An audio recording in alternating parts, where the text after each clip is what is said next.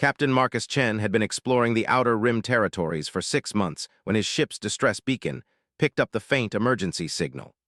The coordinates led him to a small moon orbiting a gas giant in the Kepler 442 system, a place that wasn't supposed to have any intelligent life, according to the Galactic Survey Corps.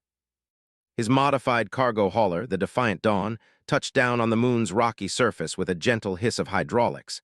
The atmosphere was breathable if a bit thin, and the gravity was roughly 80% of Earth standard.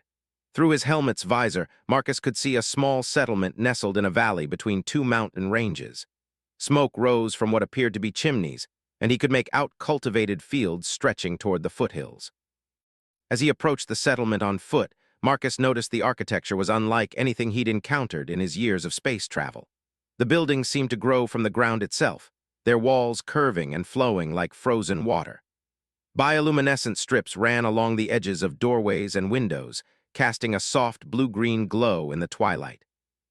The first alien he encountered was tending to what looked like a vegetable garden. She was tall and slender, with skin that shifted between pale blue and silver depending on how the light hit it. Her eyes were large and dark, set in a face that was unmistakably feminine despite the obvious differences from human features. When she saw him approaching, she straightened up and tilted her head in what Marcus hoped was curiosity rather than alarm. "Hello," Marcus said through his suit's translator, hoping the device would work with whatever language she spoke. "I received a distress signal from this location. My name is Marcus Chen, and I'm here to help." The alien woman's expression brightened, and she responded in a musical language that the translator struggled with before producing. "Help. Yes, much need help. I am called Lyra. You are human." Marcus nodded, surprised that she knew what humans were. "That's right. Are you injured? Is someone in danger?" Lyra's skin shifted to a more pronounced blue, and her large eyes filled with what Marcus recognized as relief. "Not injured, but problem very big. You come to my dwelling, I show you." She gestured toward one of the larger buildings near the center of the settlement. As they walked, Marcus noticed that other aliens had emerged from their homes to watch them pass. They were all similar to Lyra in basic appearance, but he could see variations in height, skin tone, and facial structure. Children peered out from behind their parents, their eyes wide with wonder. "How do you know about humans?" Marcus asked as they approached Lyra's home. "Stories," she replied simply. "Old stories from grandmother's grandmother, about brave ones who travel between stars, about ones who help when others cannot." Marcus felt an odd mix of pride and confusion. Humans had only been spacefaring for about 2 centuries, and they'd never made contact with Lyra's species before. How could there be old stories about them? Lyra's dwelling was larger than the others, with multiple rooms connected by arched doorways. The interior was warmly lit by more bioluminescent strips, and Marcus could see furniture that seemed to be grown rather than built, all curves and organic shapes that were somehow perfectly functional. "Please remove your breathing apparatus," Lyra said. "Air here is good for humans. We prepared." Marcus hesitated, then checked his suit's atmospheric readings. Everything looked normal. He retracted his helmet and took a cautious breath. The air was clean and sweet, with a faint floral scent that reminded him of jasmine. "Thank you," he said, his voice echoing differently in the organic chamber. "Now, what's this emergency you need help with?" Lyra's skin shifted to a deeper blue, and she wrung her hands in what was clearly anxiety. "Is not my emergency. Is difficult to explain, you must see." She led him deeper into the dwelling, through several rooms filled with what appeared to be artwork and books. The books caught Marcus's attention because they looked remarkably similar to human books, bound in leather-like material with pages that appeared to be made from some kind of plant fiber. Finally, they reached a room at the back of the dwelling. Lyra stopped at the doorway and turned to Marcus with an expression he couldn't quite read. "Before we enter," she said, "you must understand what you see. It will change things, for you, for us, for understanding between our peoples." Marcus felt a chill of anticipation. "What do you mean?" "The distress signal," Lyra said softly. "It was not from us." She stepped aside and gestured for him to look into the room. Marcus moved forward and peered through the doorway. The room was set up like a medical facility, with several beds arranged along the walls. But what made Marcus's blood run cold wasn't the medical equipment, which appeared to be of advanced alien design. It wasn't even the fact that the equipment was clearly being used to care for injured beings. It was the fact that every single patient in those beds was human. Marcus stepped into the room, his mind reeling. There were 12 humans in total, all unconscious and connected to various monitoring devices. They ranged in age from what appeared to be teenagers to elderly adults. Men and women, representing several different ethnic backgrounds.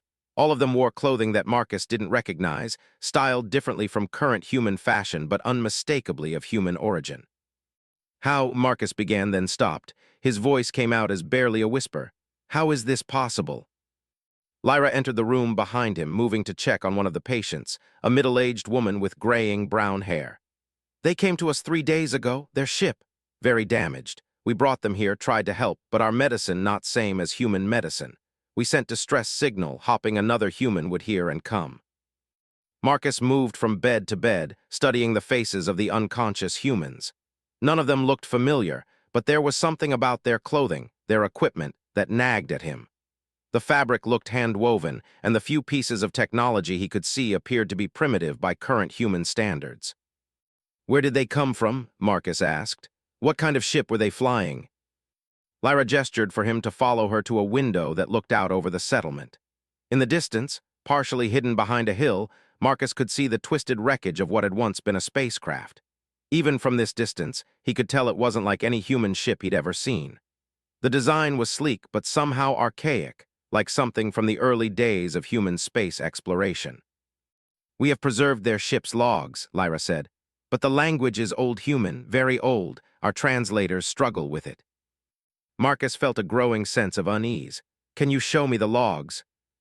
Lyra led him to another room where she activated a holographic display system that was far more advanced than anything humans currently possessed. The display showed what appeared to be a ship's captain's log, recorded by a bearded man in his 40s wearing clothes that looked like they could have come from Earth's colonial period. The audio was scratchy and filled with static, but Marcus could make out most of the words. Captain's log, day 47 of our journey to the Kepler system. The navigation systems have been malfunctioning for weeks, and we're running low on supplies. The colonists are getting restless, and I'm beginning to think we may have bitten off more than we can chew with this venture. Marcus paused the recording. Colonists, what colonists? The ones in the medical room, Lyra replied. According to their records, they left Earth in the year 2157 to establish a colony in this system, but their ship was damaged during the journey and they have been sleeping for much longer than planned. The implications hit Marcus like a physical blow. 2157 was over a century ago. If these people had been in some kind of suspended animation for that long, they were from an earlier era of human space exploration. An era that, according to all historical records, had never successfully established any colonies outside the solar system. How long have they been asleep? Marcus asked, though he wasn't sure he wanted to know the answer. Lyra consulted the holographic display. According to their ship's chronometer, 137 years, 4 months, and 16 days. Marcus sank into one of the organic chairs that seemed to grow from the floor. His mind was racing, trying to process the implications. If these people were really from 2157, then they represented a lost chapter of human history. They were evidence of a colonial mission that had been presumed lost, a group of pioneers who had been drifting in space for over a century. But how did you know to help them? Marcus asked. How did your people know about humans at all? Lyra's skin shifted to a warmer, more golden hue, and she settled into a chair across from him. That is the other part of the story, the part that will be harder for you to believe. She activated another section of the holographic display, and Marcus found himself looking at what appeared to be historical records. The images were clearly ancient, carved into stone or painted on primitive surfaces. But the figures depicted in them were unmistakably human and clearly alien, working together. These records are from our distant past, Lyra explained. Over 3,000 years ago, our ancestors encountered humans who had come from the stars. They taught us many things: agriculture, medicine, technology. But most importantly, they taught us to watch for other humans who might come later. Marcus studied the ancient images, his scientific skepticism warring with the evidence before his eyes. That's impossible. Humans weren't spacefaring 3,000 years ago. We were barely using iron tools. Not the same humans, Lyra said gently. Different humans from different time. The room seemed to spin around Marcus as he tried to process what Lyra was telling him. She was suggesting that humans had somehow visited this world thousands of years ago, long before Earth had developed space travel. It defied everything he knew about human history and the laws of physics. "You're talking about time travel," Marcus said slowly. Lyra nodded. The ancient humans, they spoke of great machines that could move through time as well as space. They said they came from a future where humanity had spread across many worlds, but they had traveled backward to help primitive peoples prepare for challenges that were coming. Marcus stood up abruptly and began packing around the room. "This is crazy. Time travel is theoretically possible, but the energy requirements would be astronomical. And even if it were possible, why would future humans come back to help alien civilizations?" "Perhaps," Lyra said, "because they knew that someday those alien civilizations would need to help earlier humans." The circular logic of it made Marcus's head spin. If future humans had traveled back in time to help Lyra's people, and Lyra's people were now helping humans from Marcus's past, then there was some kind of temporal loop at work. It suggested a level of planning and foresight that was almost incomprehensible. "The sleeping humans," Marcus said suddenly. "Are they injured or are they still in suspended animation?" "Both," Lyra replied. "Their sleeping systems were damaged when their ship crashed. We have been able to keep them alive, but we cannot wake them safely. Their bodies need time to adjust, and the process must be done slowly, carefully. This is why we need human help." Marcus nodded, feeling a sense of purpose cutting through the confusion. Whatever the larger implications of this situation might be, there were 12 human lives at stake right now. That was something concrete he could focus on. "What do you need me to do?" he asked.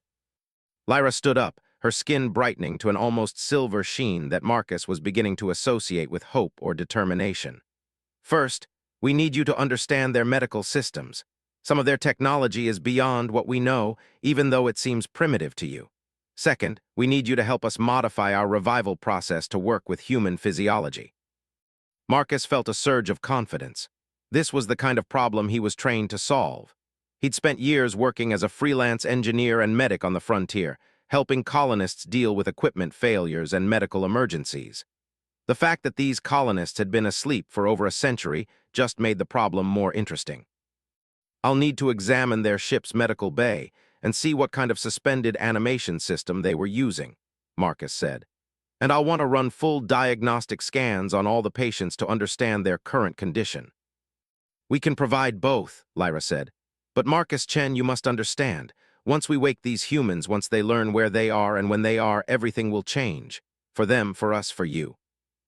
Marcus looked out the window toward the wreckage of the ancient ship, thinking about the sleeping colonists and the impossible story Lyra had told him. He thought about the ancient images showing humans and aliens working together thousands of years ago, and the suggestion that time itself might be more flexible than he'd ever imagined. "Change how?" he asked. Lyra moved to stand beside him at the window, her reflection ghostly in the transparent material. "These humans, they carry with them the dreams of your people from a time when humanity first reached for the stars. When they wake, they will bring those dreams into your present, and they will ask questions about what humanity has become, about whether the future they hope to create has come to pass." Marcus considered this, thinking about the current state of human civilization. Humanity had indeed spread to many worlds, but it had also become fragmented, with different colonies developing along different lines. Some had embraced technology and progress, while others had retreated into isolationism or even primitivism. The unity and optimism of the early space age had given way to pragmatism and, in some cases, cynicism. "And the other thing," Lyra continued, "is that they will know things about Earth's history, about the early days of space exploration, about missions and events that may have been lost or forgotten. They may carry knowledge that your people need." Marcus nodded slowly. The historical and scientific value of these colonists was incalculable.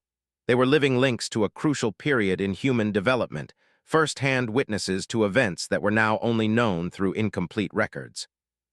"There's something else, isn't there?" Marcus said, nodding the way Lyra's skin had shifted to a more subdued blue. "Something you haven't told me yet." Lyra was quiet for a long moment, and when she spoke, her voice was barely audible. The ancient humans who came to us 3,000 years ago, they left behind more than just knowledge and artwork. They left behind a message. What kind of message? A message for the humans who would come later, for humans like you and like the sleeping ones. They said that a time would come when humanity would face a great trial, a challenge that would determine whether your species would survive and thrive or fall into darkness. Marcus felt a chill run down his spine. What kind of challenge? They were not specific, Lyra said, but they said that when the time came, humans would need the help of the allies they had made among the stars. They said that the bonds formed between different species would be humanity's greatest strength in the trial to come. Marcus stared out at the alien landscape, trying to process everything he'd learned. The discovery of the sleeping colonists was already enormous, but if Lyra was right about the ancient message, it might be even more significant than he'd realized. When, he asked, when is this trial supposed to happen? Lyra turned to look at him directly, her large, dark eyes reflecting the bioluminescent lights of her dwelling. According to the ancient humans, it would begin when the first of the lost colonies was found and awakened. The implication hung in the air between them like a physical presence. If the ancient message was true, then Marcus's arrival here wasn't just a coincidence or a simple rescue mission. It was the beginning of something much larger, something that would affect not just the sleeping colonists or even Lyra's people, but potentially the entire future of human civilization. Marcus took a deep breath of the sweet alien air and made his decision. Whatever was coming, whatever challenges humanity might face, he couldn't turn his back on the 12 people sleeping in Lyra's medical facility. They were his responsibility now, and helping them was the right thing to do regardless of any larger implications. "Show me to their ship," he said. "Let's wake them up and find out what they know." Lyra's skin brightened to an almost luminous silver, and Marcus could see what he was learning to interpret as relief and gratitude in her expression. "There is one more thing," she said as they prepared to leave the dwelling. The ancient message contained specific instructions about how to wake the sleeping humans safely. Our ancestors have preserved these instructions for 3,000 years, waiting for the right time to use them. Marcus paused in the doorway. What kind of instructions? Medical protocols that seem to be far advanced beyond what your sleeping colonists could have known, and far advanced beyond what your current people know. The ancient humans who left the message, they knew exactly what would be needed to revive people who had been in suspended animation for over a century. The implications of this were staggering. It suggested that the ancient humans who had visited Lyra's people really were from the future, and that they had known with precise detail what would happen to the lost colony ship. It implied a level of temporal manipulation and forward planning that challenged everything Marcus thought he knew about cause and effect. But as he followed Lyra out into the alien twilight, heading toward the wreckage that contained 12 sleeping humans and possibly the key to humanity's future, Marcus found that he was no longer questioning the impossible. He was beginning to embrace it. The universe, it seemed, was far stranger and more interconnected than he had ever imagined. And he was about to become part of something that had been set in motion thousands of years ago by humans who had somehow seen this moment coming. As they walked toward the crashed ship, Marcus couldn't shake the feeling that he was walking toward his destiny, and toward the beginning of the greatest adventure in human history. The crashed ship was even more impressive up close than Marcus had expected. Despite being over a century old and having sustained significant damage during its crash landing, the vessel still retained an elegant beauty that spoke to the optimism and craftsmanship of its era. The hull was a silvery metal that seemed to shimmer with an inner light, and the design incorporated flowing curves that made it look almost organic. Lyra led him through a breach in the hull that her people had carefully enlarged to extract the sleeping colonists. Inside, the ship was a fascinating blend of advanced technology and almost primitive construction techniques. Everything had been built to last, with redundant systems and manual backups for every critical function. "Your people built this to survive anything," Lyra observed as they made their way through the corridors. "Even damage that would destroy most ships of your current era." Marcus nodded, running his hands along the bulkheads and noting the quality of the construction. They knew they were going into the unknown. They built this ship to be a complete world, capable of sustaining a population for generations if necessary. The medical bay was located near the center of the ship, protected by multiple layers of armor and shielding. When Marcus activated the emergency lighting, he found himself looking at equipment that was simultaneously familiar and alien. The basic principles were the same as modern human medicine, but the implementation was completely different. The suspended animation pods were works of art as much as they were medical devices. Each one was individually crafted, with systems tailored to the specific physiology of its occupant.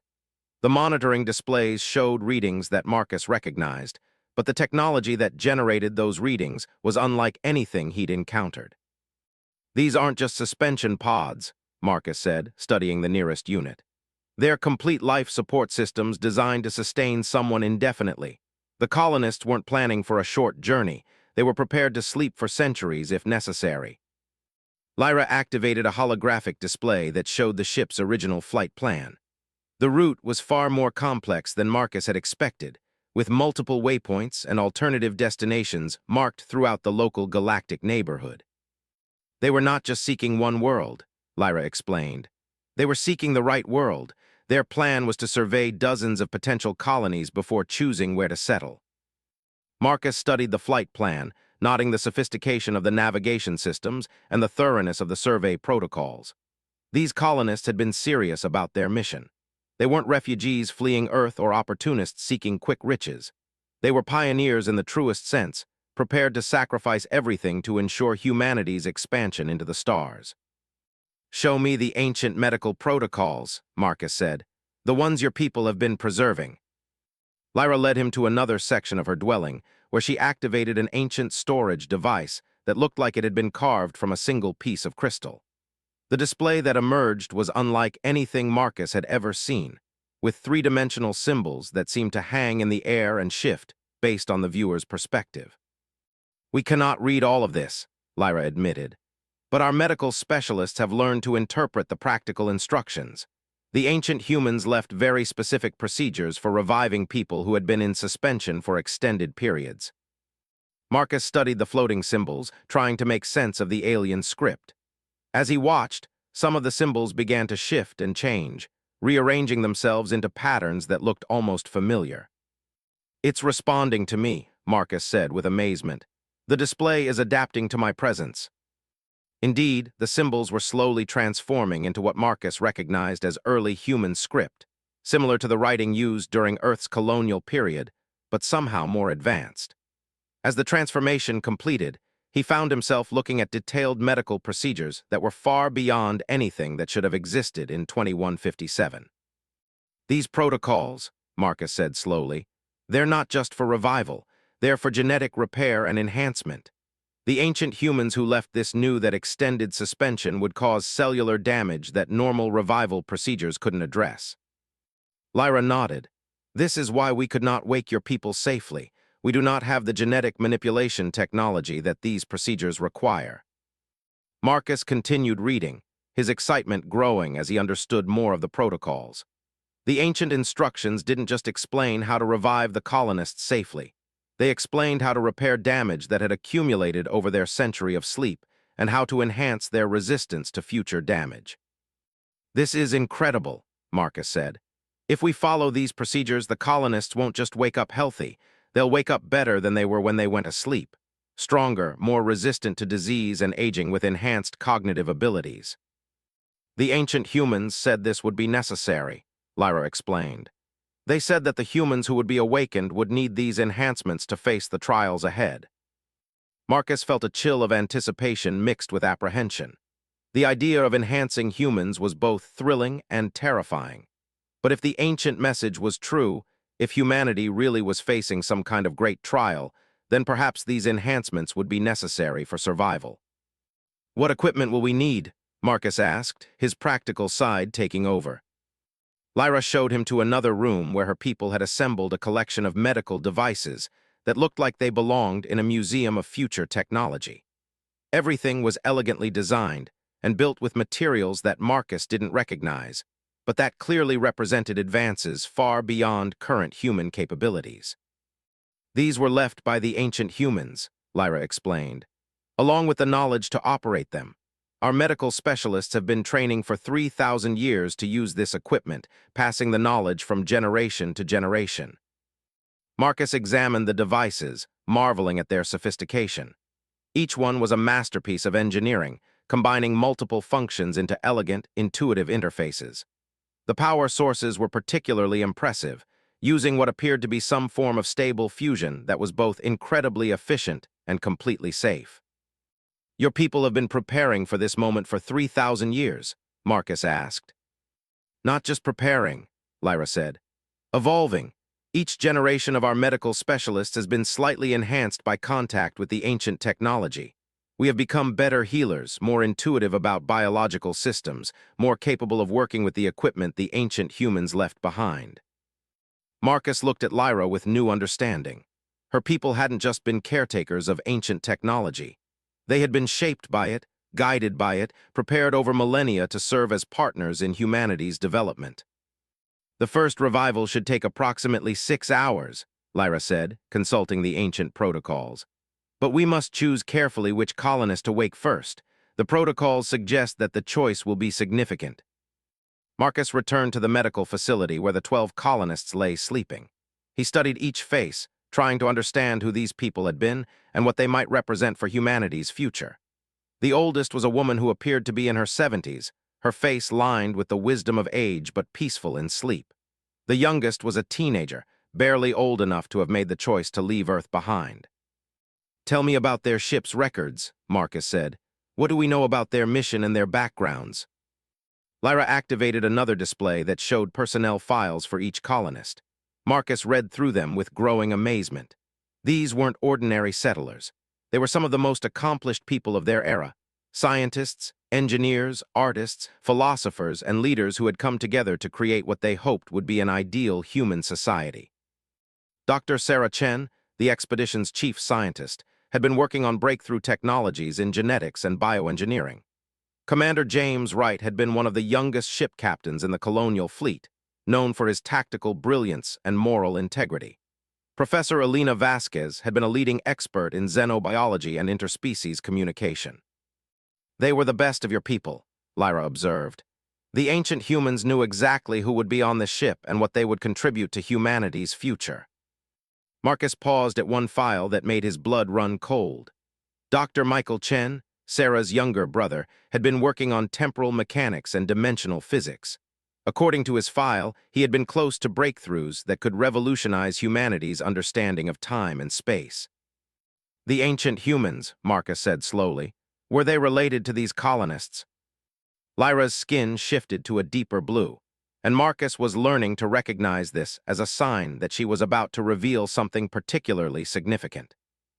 According to our oldest records, she said, the ancient humans who came to us claimed to be descendants of this very colony ship.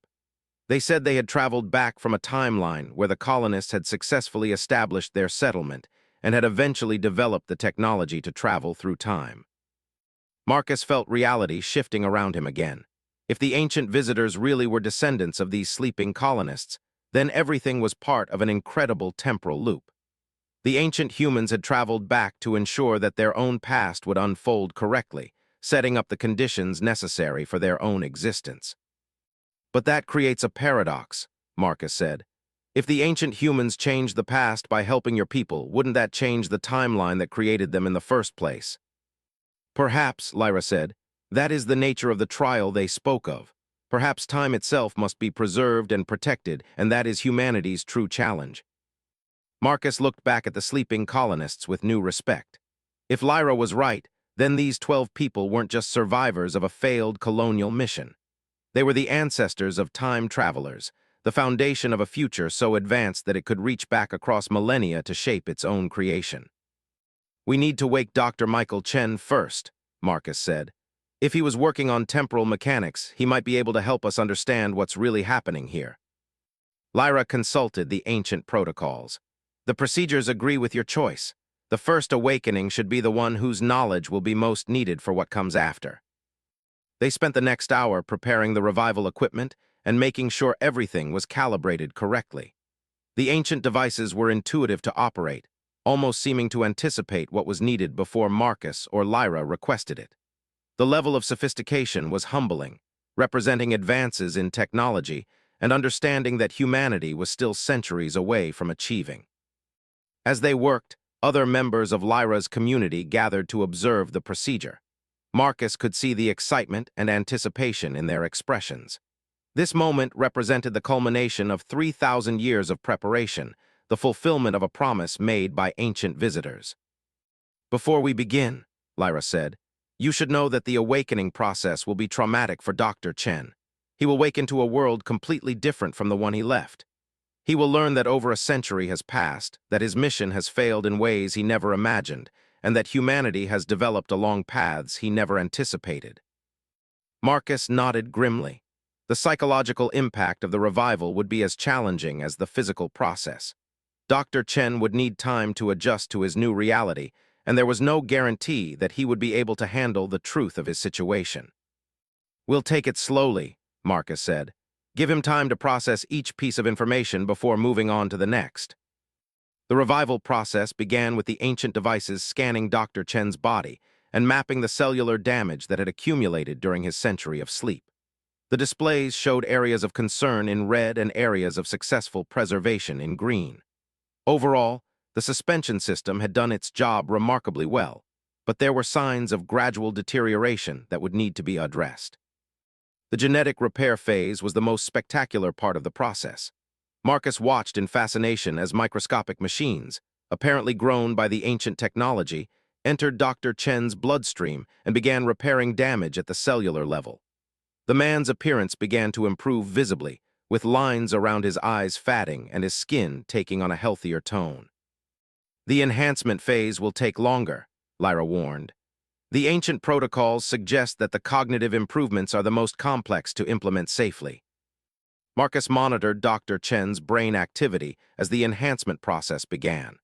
The patterns on the displays were unlike anything he'd ever seen, showing neural connections being strengthened and new pathways being created. It was as if the man's brain was being upgraded to handle information and concepts that would have been beyond his original capabilities. Finally, after nearly 6 hours, the revival process entered its final phase. Dr. Chen's vital signs stabilized at levels that were actually better than normal human ranges. His brain activity showed patterns of intelligence and awareness that exceeded baseline human measurements. The ancient technology had not just revived him, it had evolved him. "He's ready to wake up," Marcus said, his voice filled with awe at what he'd witnessed. Lyra activated the final sequence, and Dr. Chen's eyes slowly opened. For a moment he stared at the ceiling with confusion, then his gaze shifted to Marcus and Lyra standing beside his bed. "Where," Dr. Chen began, his voice hoarse from disuse. "Where am I?" Marcus took a deep breath, knowing that the next few minutes would determine how successfully Dr. Chen could adapt to his new reality. "You're safe," Marcus said gently. "My name is Marcus Chen, and this is Lyra. You're on a moon in the Kepler 442 system. Your ship crashed here, and you've been in suspended animation for 137 years." Dr. Chen's eyes widened, and Marcus could see him processing the information with the enhanced cognitive abilities the revival process had given him. Instead of the panic or disbelief Marcus had expected, the man's expression showed rapid understanding and acceptance. "The temporal mechanics research," Dr. Chen said suddenly. "I was on the verge of a breakthrough when we entered suspension. Time dilation effects. They weren't accidental, were they? Someone or something wanted us to arrive here at this specific moment." Marcus exchanged a glance with Lyra, amazed at how quickly Dr. Chen was grasping the situation. The cognitive enhancements were clearly working better than expected. "There's a lot we need to explain," Marcus said. "About your fellow colonists, about the aliens who saved you, and about some visitors your descendants may have sent back through time." Dr. Chen sat up slowly, testing his enhanced physical capabilities. "Descendants, time travel, Marcus, I think you'd better start from the beginning and tell me everything."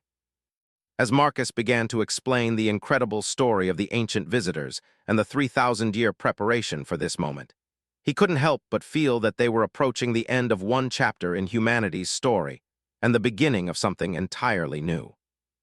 Dr. Chen listened with growing excitement and understanding. his enhanced mind making connections and drawing conclusions that would have taken an ordinary person days or weeks to reach. When Marcus finished explaining about the ancient message and the coming trial, Dr. Chen was already nodding as if he'd expected something like this. "The temporal mechanics make perfect sense now," Dr. Chen said. "If our descendants developed the ability to travel through time, they would have access to information about crucial turning points in human history. They could identify moments where intervention would be necessary to ensure humanity's survival." "But what about the paradox?" Marcus asked. "If they change the past, don't they risk erasing their own timeline?" Dr. Chen smiled, and Marcus could see an intelligence in his eyes that seemed almost superhuman. "That assumes time is linear, which my research suggested it isn't. Time may be more like a river with multiple channels, where changes in one channel don't necessarily eliminate the others. Our descendants may come from a timeline where they succeeded in establishing their colony, but that doesn't mean other timelines where they failed cease to exist." Lyra had been listening to this exchange with growing excitement, her skin shifting between silver and gold. "This matches what the ancient humans told our ancestors. They said they were working to ensure that all possible timelines would survive, not just their own." Marcus felt his world view shifting again as he tried to grasp the implications of multiple timelines and the possibility that their actions here might affect the fate of reality itself. The responsibility was overwhelming, but also strangely liberating. If multiple timelines could coexist, then perhaps failure in one didn't mean the end of everything. "The other colonists," Dr. Chen said. "We need to wake them as soon as possible. If we're really facing some kind of trial, we'll need every advantage we can get. And Marcus will need to contact your people and warn them about what's coming." Marcus nodded, but he was already thinking about the challenges ahead. How could he convince the human governments and colonial authorities that time travelers from the future had warned about an approaching crisis? How could he explain that 12 colonists from the past might hold the key to humanity's survival? "One thing at a time," Marcus said. "Let's focus on waking the other colonists and making sure they're all stable. Then we can worry about saving the universe." Dr. Chen laughed, a sound that was filled with more joy and energy than seemed possible from someone who had just awakened from over a century of sleep. "Marcus, I think we're going to get along just fine. Now let's wake up my colleagues and get to work. We have a lot to accomplish, and something tells me we don't have much time." As they prepared to begin the revival of the second colonist, Marcus couldn't help but feel that everything in his life had been leading to this moment. The random distress signal that had brought him here, the incredible story of ancient time travelers, the sleeping colonists who represented humanity's past and possibly its future. All of it felt like pieces of a vast puzzle that was finally beginning to make sense. The real adventure, Marcus realized, was just beginning. Over the next 3 days, Marcus and Dr. Chen worked alongside Lyra and her medical team to revive the remaining 11 colonists. Each awakening revealed new pieces of the puzzle that was humanity's destiny among the stars. Commander James Wright proved to be a natural leader even after his century of sleep, quickly adapting to the situation and beginning to organize the colonists into an effective team.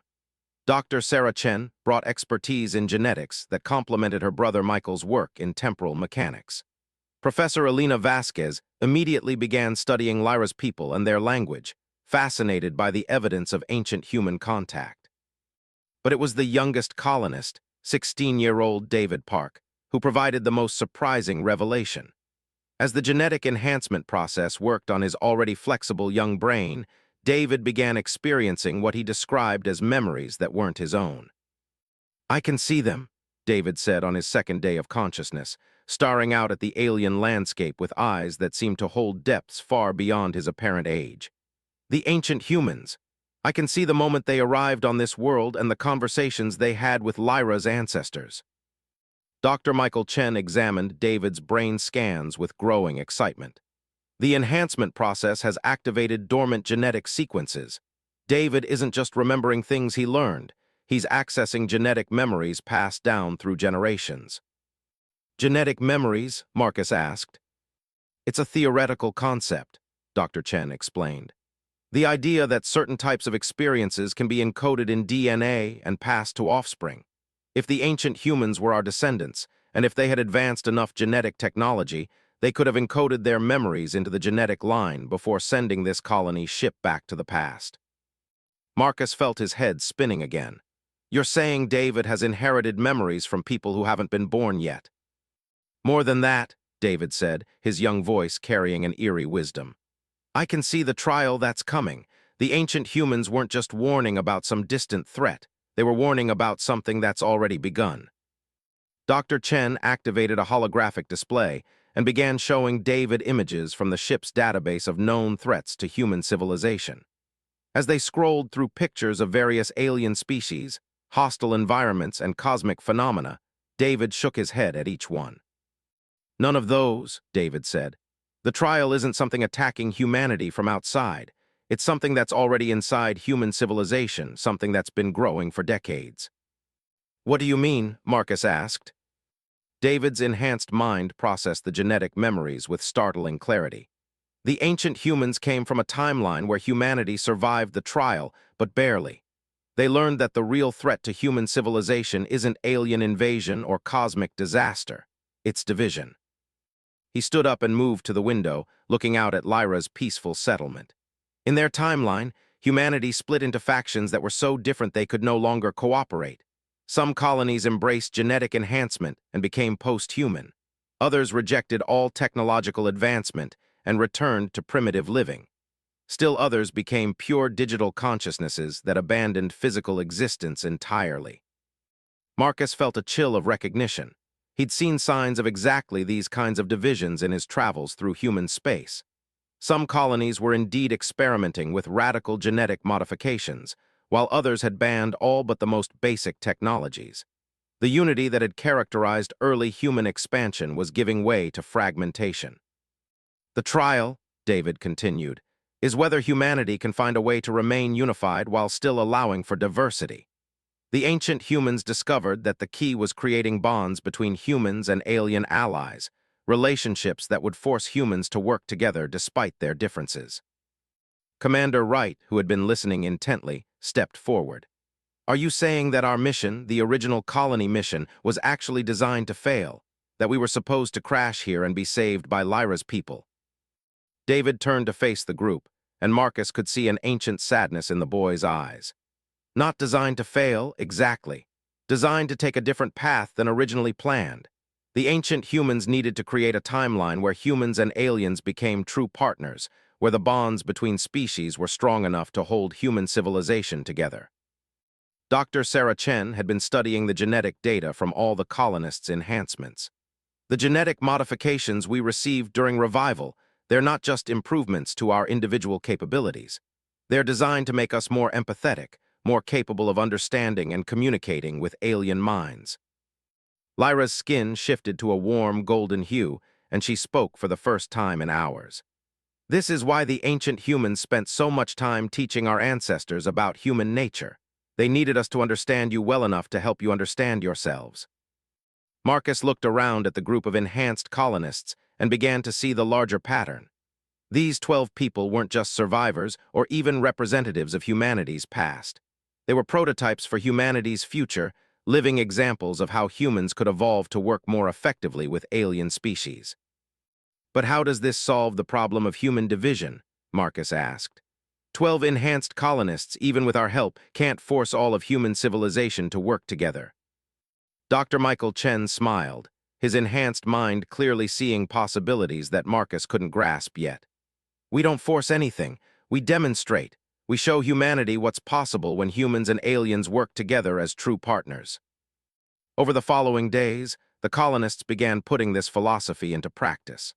Working with Lyra's people, they began developing technologies that combined human innovation with alien insights in ways that neither species could have achieved alone. Dr. Sarah Chen and the alien biologists created new medical techniques that could heal injuries and diseases that had been considered incurable. Professor Vasquez and the alien linguists developed translation technologies that didn't just convert words, but conveyed the emotional and cultural context behind them. Commander Wright and the alien engineers designed spacecraft that were more efficient and safer than anything either species had built independently. But it was David's collaboration with the alien philosophers that produced the most significant breakthrough.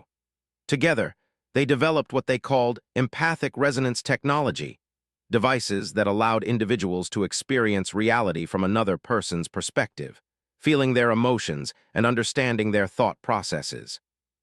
"This is it," David said as he demonstrated the technology to the group.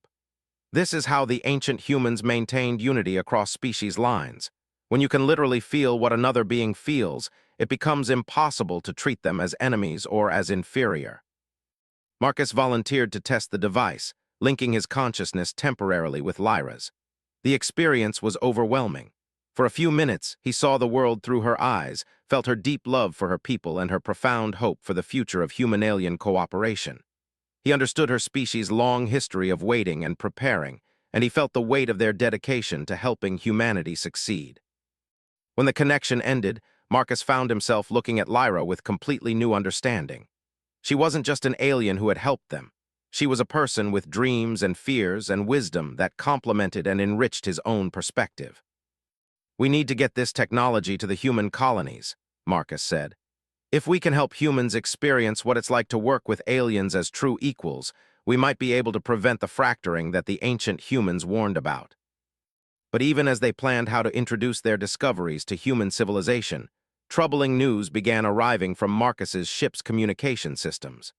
Reports from various human colonies described increasing tensions between different factions, with some groups calling for genetic purity laws while others demanded unrestricted technological advancement.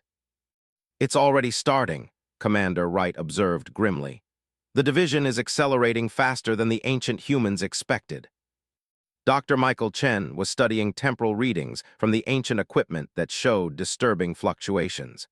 "The timeline is becoming unstable. The changes we're making here are creating ripples that are affecting events across human space."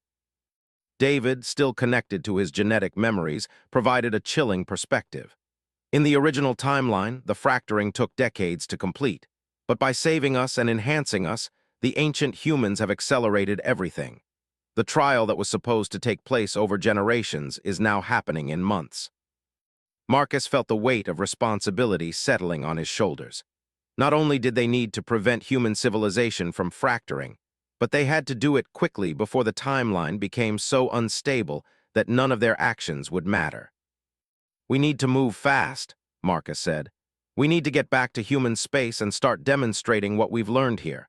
But we also need to make sure that Lyra's people are protected. If human civilization does fracture, some factions might see aliens as threats to be eliminated." Lyra stepped forward, her skin shifting to the bright silver that Marcus now associated with determination. "We have been preparing for this for 3,000 years. We are ready to take our place as humanity's partners in facing the trial ahead."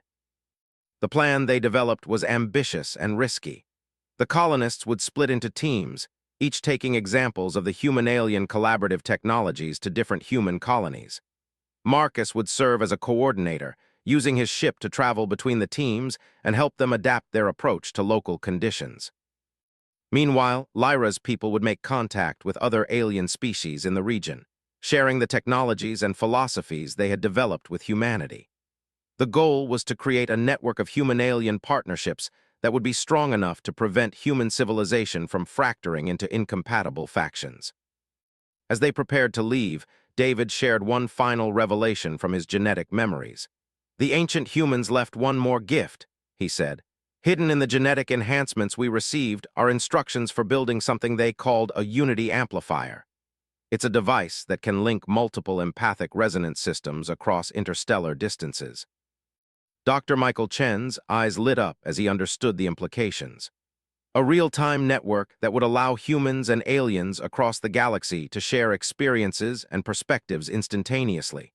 It would make it impossible for any group to develop the kind of isolated thinking that leads to factional conflict.